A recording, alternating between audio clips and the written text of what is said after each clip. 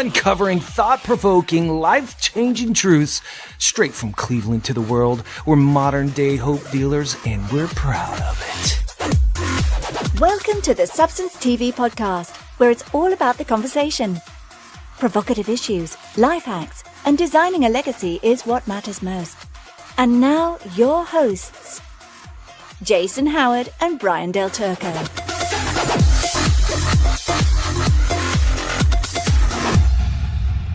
Hey, Substance TV tribe, Jason Howard here along with Brian Del Turco, and we are so stoked to bring to you today round 2 of our breaking down Garry Ingraham story. This guy is incredible.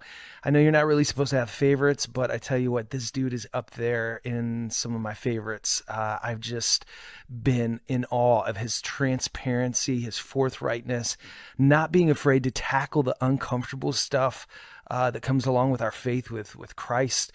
Basically, Garry's story is this. If you missed last week, you're going to want to go back and listen to the first one because it's off the charts, man. I'm telling you, this kind of stuff pumps me up. This is what we need to be talking about right here. This is what changes lives right here, man, is God and his word, and then hearing each other's stories. And Garry's story, his wife's story, we had her episode a few weeks back ago, both part 1 and part 2, just off the charts. But basically, let me give you the lowdown, then I'm going to shut up and get out of the way. But Garry grew up in a Christian family. It wasn't a very warm Christian family. It was actually kind of harsh and cold. They went to a church. It was a very legalistic and unbalanced church, as Garry would describe it. And as a child, Garry began realizing that he was developing these strong, growing feelings and attractions towards men. And so, clearly in love with the Lord, he began to pray about it for years, begging God to take it away, because he had read in Scripture certain parts that was not to be the case, and just wrestled with that. So basically, he worked up enough nerve to go to the Christian leadership of the church and say, "Listen, I'm freaking battling here. Can you help me?" Unfortunately, they didn't know what to tell him. You know, they didn't know what to provide in terms of answers. No support, no help. So really, what does one do? One takes off and begins their journey. And Garry started out on this rebellious journey. He was looking for Mr. Right, experiencing all this quote unquote sexual freedom. It just jacked up his life, took a toll on his life. And eventually, God led him to this really cool, unusual church that not only took him in as he was, but offered to walk alongside of him, even in all his crap, garbage, weaknesses, immaturities. And over time, they began to disciple him. And these men brought him in, treated him as if he belonged, and totally wrecked his life, showed what the real love of Jesus looked like. And being in that relationship, they began to call out the masculinity in him and speak the word of God and speak life over him. He was called into the ministry. He pastored for a number of years, and he is telling everybody about his story and his wife's story. She was a lesbian for a number of years. Again, you're going to want to go back and listen to her testimony, just off the hook stuff. So I'm going to shut up and get out of the way. This is the good stuff, man. Out of all the series, this is probably one of our best series.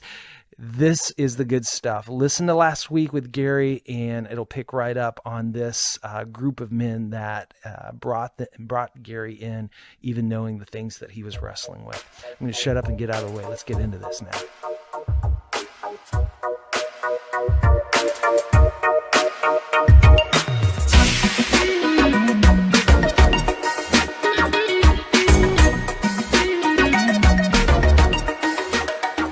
I don't know if you can understand, but for any dude coming out of homosexuality who grew up in the church and experienced a lot of shame and rejection by the church and by Christian men in particular and boys, the last place on earth I wanted to be was in a men's Bible study, and put me with the women. You know, I'd get them better and they'd get me better.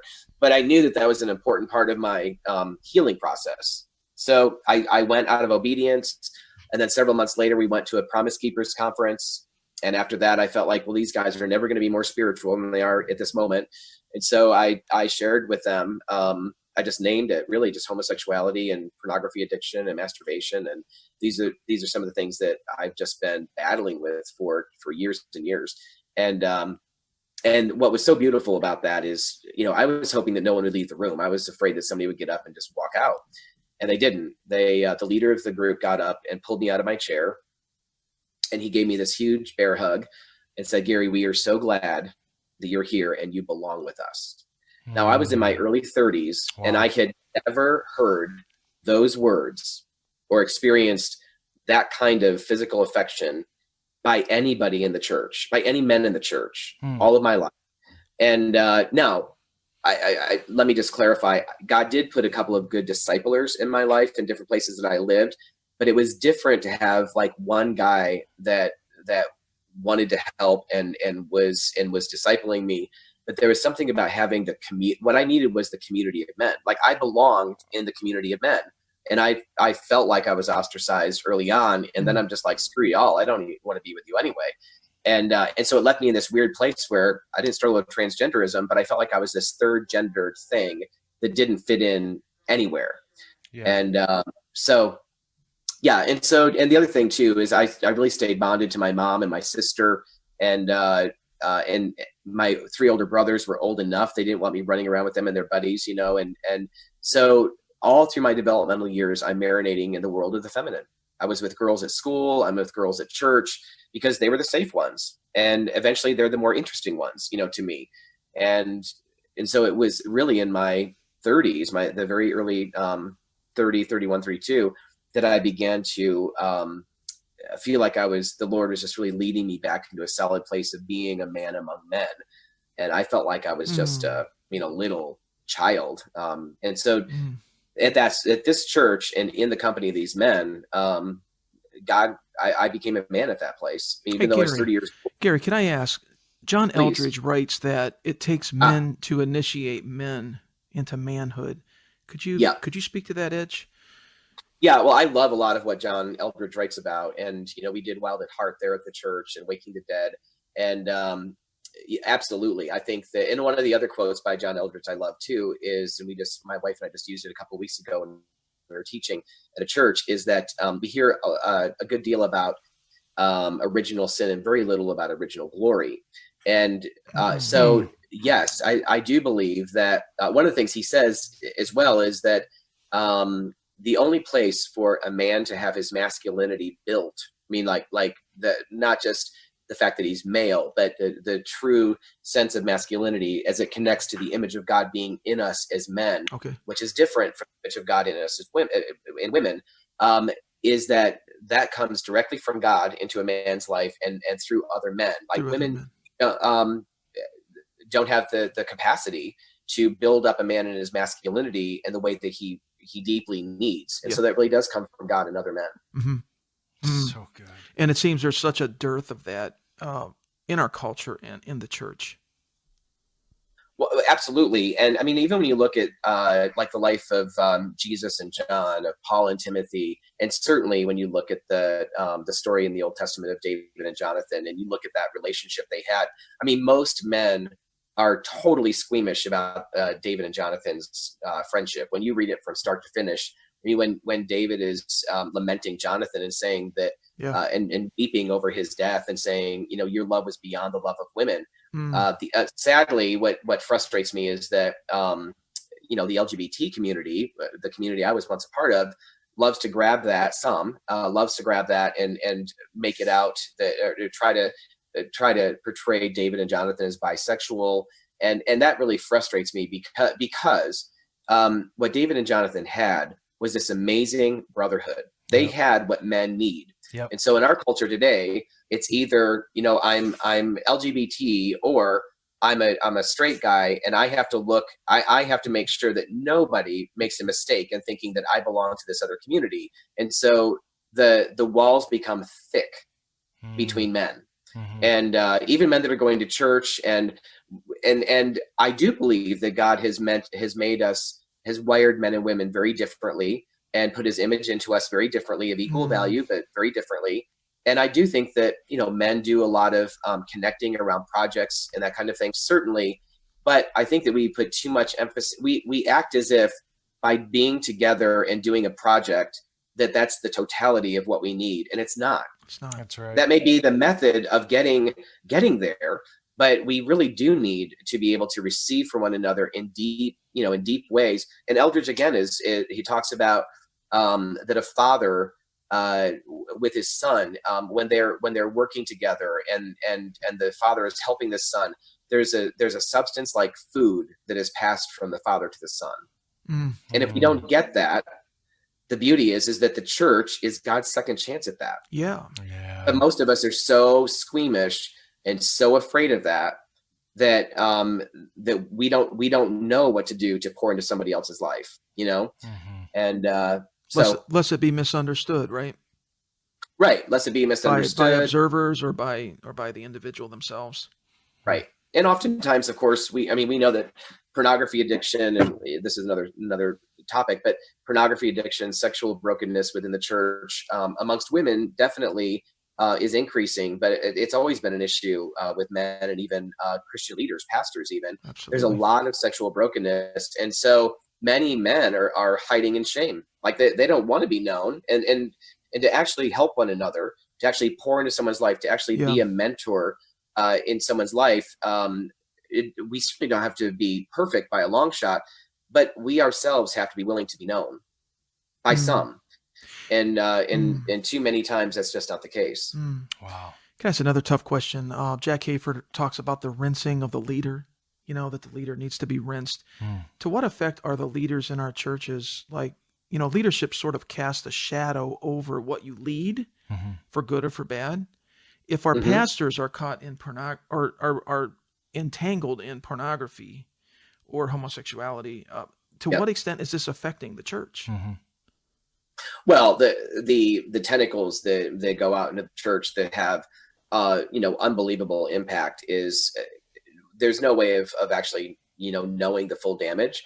But yeah, it's incredibly damaging. We can't lead people where we ourselves have not gone, or we're not right. So it's like an intangible. It's an intangible dynamic, isn't it? Well, it is.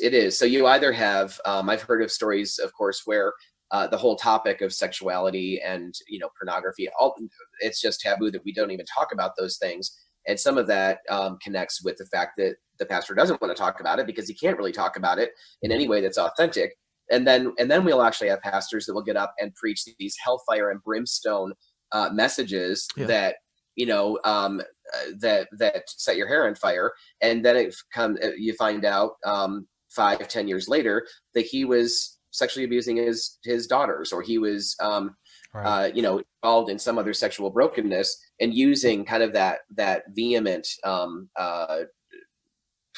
preaching, whatever, screaming as a way of alleviating his own soul. Right. Yep. Wow. Now, certainly most pastors, I believe that most pastors I understand, having been a pastor at this very church that helped me, I went on staff with them for 12 years. And crazy of them. I got up and shared my testimony as a church of about, back then, it was a church of about 1,100, 1,200 adults. And I got up in 2 services and shared I had a 3-minute, can you imagine, to share along with the pastor's message. And, but I was scared to death to do it, but I also knew it was time to do it. And I knew that I was taking a weapon out of the enemy's hand by doing it. Yeah. And so, I was amazed that men would still come up to me afterward, and they were still physically affectionate. They would still hug me. They wanted to spend time with me and gain insights that I had. I'm like, oh my gosh, I had no idea. God really used those years of me ministering at that church to help me understand that I wasn't uniquely flawed. I mean, I've got my own stuff, but what I realized is men in general, heterosexual guys that have never dealt with homosexuality, many of them are as confused about what it means to be a man made in God's image as I was. They don't show it. They don't, they're putting on a front. And many of them don't know what it means to really make and keep their commitments to their wives, to their kids. And but there are so many pastors, even those that are caught up in pornography or whatever. And I get what do you do as a pastor when you start dabbling in that? Who do you go to? Right. The reality is we have to have community in order to break free of particularly of sexual sin. And, and so I think even well-meaning pastors that want to break out of it, they're terrified of losing their jobs. They're terrified of not, of damaging their family or whatever. And so they keep quiet, and they're just trying harder and harder to break the patterns unsuccessfully.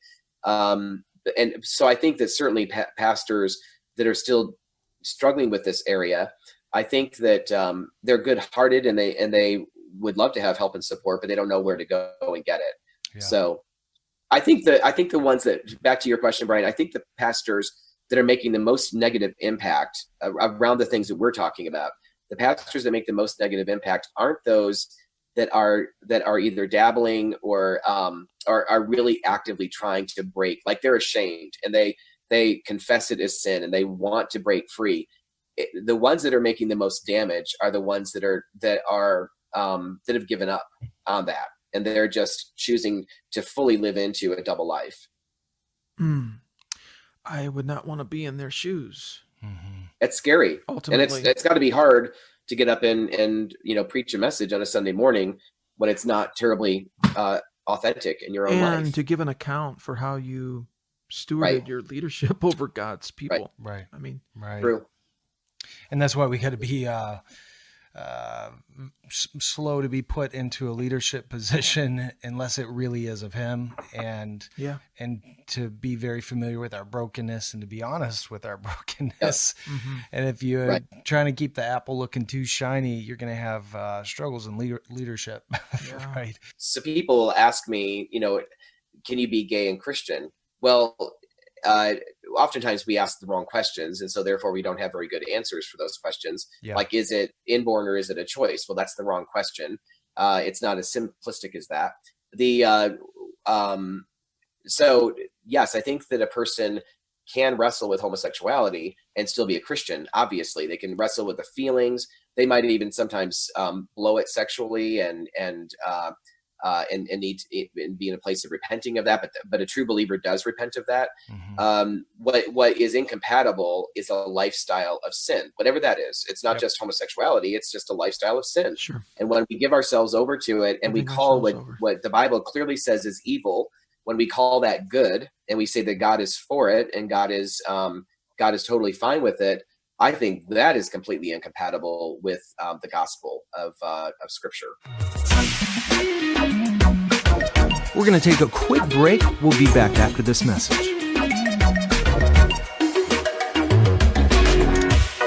For years, artists of all sorts, film guys, musicians, muralists, you name it, have been supported by patrons. And it's no different here with Substance TV. Did you know that you can actually financially support us by going to patreon.com/Substance TV?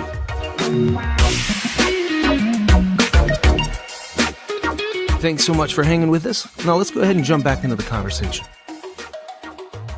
You have mentioned that there's this false teaching that's going around, and people are trying to justify this false teaching relating to sexuality within the church. Could you maybe jump into some of those concerns that come along with that? Yep. Yeah. So let me just quickly say that while we do some work with individuals that reach out to us, and we certainly are happy to have people in our lives that are looking for help and support, our main emphasis in ministry is to equip the church. It's to equip leaders, because we know that what we are able to give is going to be exponential if we can help the church become healthy in this arena, right? So it's really working with leaders is our primary ministry thrust around all the issues that you just mentioned, Jason. And one of the huge concerns, and one of the things that I'm very passionate about, is that there are several different perspectives in the church. I mean, kind of buckets within the church, and there's probably some in between too. But one of the perspectives that some in the church, that more liberal churches or some mainline denominations that have really become liberal in a lot of ways, not just around human sexuality, but even questioning things like some of the essentials of the faith and who Jesus is and the virgin birth. I mean, all that kind of stuff is kind of up for grabs in some of these churches. Well, it stands to reason if those basics are going to be, if they're going to be uncertain about those, then, even when it comes to human sexuality, there's a lot of uncertainty, or not even just uncertainty. There's an embrace of anything and everything. Yeah. So there is a perspective in a number of churches that called pro-gay theology. That God is totally cool with sex between people of the same gender, and that's not a problem for him at all. It's on par with heterosexual marriage, and there's nothing wrong with that whatsoever. This is the way you were born. This is the way God made you. Mm-hmm. And so that's a perspective that actually many churches have embraced. Ones that we would think that are more liberal in certainly the Episcopal Church, not every Episcopal church, but the denomination. PCUSA churches have certainly embraced that, and a number of other mainline denominations. The other perspective, which in some ways is almost more troubling to me, because I'm seeing churches, evangelical churches, that are solid in so many other ways, are embracing a perspective that where people claim that they are celibate gay Christians. So they're saying, nope, we recognize that Scripture's clear about not having sex with people of the same gender, that's sin. There's no way of getting around that. But I'm still a quote unquote gay Christian. So I'm choosing to be celibate as a gay Christian. One of the issues, and this is taking many churches that are very solid, and the church's response to that is, well, it's not the pro-gay theology teaching, and so therefore they're saying you can't, don't have sex with people of the same gender, and so that's good, right? And yeah, that's good. However, what the church is missing is that people are tying their identity to their brokenness. They're marrying their broken desires, and if acted on, those desires would be sin. They're marrying that to their Christianity, and so identity actually means something. So there's two ways that we should be identified as believers. First of all, as human beings, even before following Jesus, we are men and women made in the image of God. Right. Everybody has that inherent, not just stamp, but that image of God sewn into us as male and female. Mm-hmm. So first and foremost, our identity is in the fact that I am an image bearer of God. And then secondly, in the way that image bearing is redeemed is that I'm identified with Christ. I am in him, and he is in me, and that is my identity, period. So when you start taking other forms of identity, that I'm a gay Christian, but I'm celibate, when you start marrying that to our Christianity, I really firmly believe that even if a person is able to sustain that through their lifetime, which for many it does not happen, if people will land in that camp and say, "Oh, I get to own the label of being what I feel like, which is a gay Christian," and that feels wonderful to finally identify it that way, and I'm a part of this community that does the same thing. And then before too long, the truth is, it's too stinking hard to believe that there's no hope of transformation in my life. That's taken off the table with this group. That there's no hope of transformation. This will never change. And I will never be able to marry the opposite gender because I just don't have any attraction, which, by the way, the idea at one time in my life when I was bartending at the gay bar and involved with guys, the idea of being with a woman was as disgusting to me as it would be for a guy who's never dealt with homosexuality to think about having sex with another guy. I mean, I was totally put off by thinking whenever that came up in my mind, it was like, oh, I could never do that. I can never leave this community because I could never be with a woman sexually or romantically.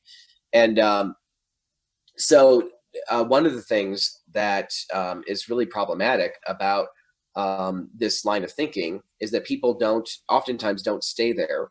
It's a stepping stone to the other perspective that, I'm just going to be in this quote unquote monogamous. It can be serial monogamy, that doesn't, one after the other, but I'm going to be in this monogamous gay relationship and God's going to be cool with that. And so they begin to embrace pro-gay theology. But another thing that I am really concerned about as well is that when we embrace a brokenness and marry it to our identity, mm-hmm. I think especially when it comes to the things that we're talking about right now, sexuality and identity, I think that in many ways we stop becoming. We stop like as a man, if I'm going to be a man who is going to just sort of sit in this place where I'm a gay Christian, this is as good as it's ever going to get. I'm going to embrace the suffering that brings into my life, and there's no hope for transformation. And I'm just going to kind of build my life in this community of other celibate gay Christians. That becomes sort of its own subculture within the church. Mm-hmm. And there's a shared kind of identity that's really, frankly, very unhealthy. We don't fully identify with other men that don't deal with those things. I want to identify. There's two. The reality is there are two aspects of humanity: male and female. Period. And so, even though Facebook has lots of different genders that you can choose and for yourself, and I read an article that talked about thousands of genders out there. We could be any number of things. The truth is, from a biblical worldview perspective, we are male and female, period. And I no longer want to be a part of a subset where I'm a man, but then I'm somehow, on some other grid. No, I'm a man who happens to deal with some of these issues. You guys are men that happen to deal with your own issues, and every other man on the planet does too. Yep. Women, same thing, right? And so we're a part of the male population. And we need to keep becoming as men. And so one of the concerns I have in this celibate gay Christian movement is that in many respects, men still remain boys. They're not growing. They're not really becoming a man or full development in masculinity. I don't think it's that we stop becoming a man. When I say stop becoming, I think that we stall our growth. We stall our personal growth and development. As men made in the image of God. I see. I mean, intellectually, maybe in some ways emotionally, obviously physically, we still continue growing.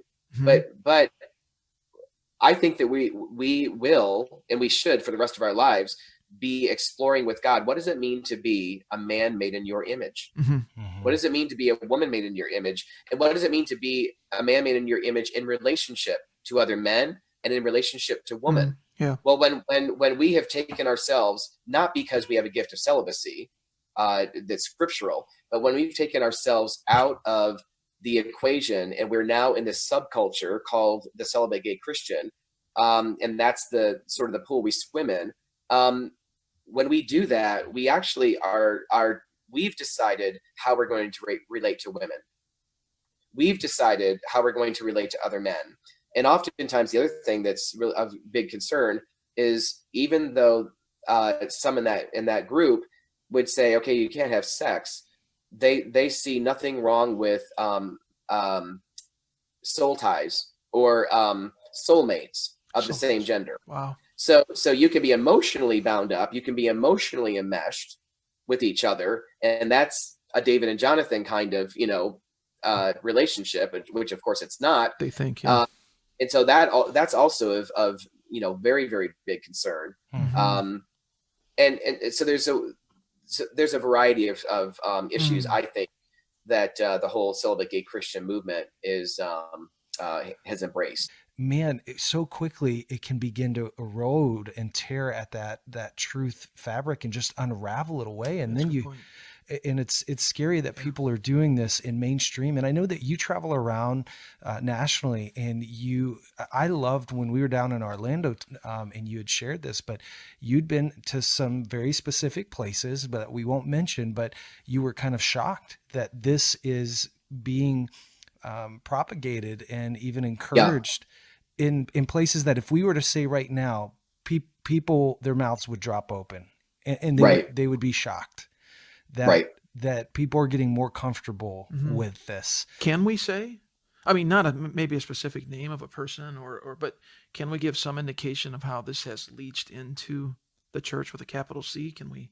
I don't want to say any church or ministry or a particular name. I feel uncomfortable with that. But he mentioned some denominations, which we all know are struggling, Episcopalians. Well, one of the things I can say, generally speaking, is that, I mean, there are some churches that are mega churches that have put out some phenomenal teaching material in the past that I've loved the teaching. I've loved their emphasis, loved reading the books of the pastors that, and I've come in more recent years to realize, and it's taken because I so valued them, Yep. I oftentimes assumed that, well, something's being taken out of context. It's a sound bite. It's this, it's that. And what I've realized with some of these churches, it breaks my heart to realize, oh my gosh, they're not only embracing celibate gay Christianity, they're actually embracing full-blown LGBT and pro-gay theology, which is shocking where they used to be. These are mega churches that if we were to hear the name, we would be stunned. Oh, we'd recognize. Absolutely. It would be highly Absolutely. recognizable, Yep. and we would be stunned. Yep. Yep. No doubt about that. Can I just quickly, I'm sorry, Jay. I'm sorry. Go ahead, Gary. Well, I just wanted to back up and say one thing about the celibate gay Christian movement again. Just in terms of, I just wanted to paint a little bit of a picture that I think might help the listeners understand just how unhelpful that embracing a gay identity, even when we choose to be celibate, is. For any man who he may be married, he may be single, Christian guy that wants to follow Jesus. When we get married, obviously our it isn't as if we only have eyes for our wife now, that all temptation, sexual temptation is gone. There's lots of married guys that are still dealing with pornography issues and that kind of thing. But even for the Christian man who is not looking at pornography regularly, is not sleeping around, but he still has a pull and a draw in that direction. He recognizes his temptation. If we were to do apples to apples and we were to say, okay, so it's celibate gay Christianity, that's a great label, then I think the rest of the population needs to start saying, hey, I'm Bob and I'm a fornicating Christian. Right. I'm not doing it, and unfortunately many are, but because I have the desire, Mm-hmm. I'm going to take that desire and marry it to my Christianity. Right. Well, if that's such a great thing, if we as the average population in the church thinks it's fine to say I'm a celibate gay Christian, then let's just say I'm a celibate fornicating Christian because I still have those desires or whatever, gossiping or lying, right? And I'm proud of it. And I'm proud of it. Right? I mean, so it doesn't, when you look at it in those terms, that simply does not make sense, honestly. No. And labels do have the power to define, not only define us, but also to put a ceiling over our growth and transformation. Mm-hmm. Again, Brian, that's more of what I was talking about, that we stop becoming, that we put a low ceiling over the ability of God to transform our life. And it seems to me that gender is like upstream from so many other things, right? It's Genesis 1:26 to 28, which we've alluded. And so if you get it wrong there, and if you start labeling and identifying and celebrating that, then downstream from that, it's going to be virgin birth doctrine or, a whole host of issues. It is. And truths. It unravels. It begins. It unravels, as you were saying. And it's a good picture. And isn't it, who's to say, unless we did a case study here, but don't you think that when you begin to do that, and those that, identify themselves as gay Christians, it's a slippery slope. And what ends up happening is your identity is not like what you had said, it's found in Christ, but now it's found in this subset that we've created, not that he's created, but we've created. Right. And before we know it, that becomes more important, and we're hanging our hat on that more. And that slippery slope, we begin to now almost fall back into it.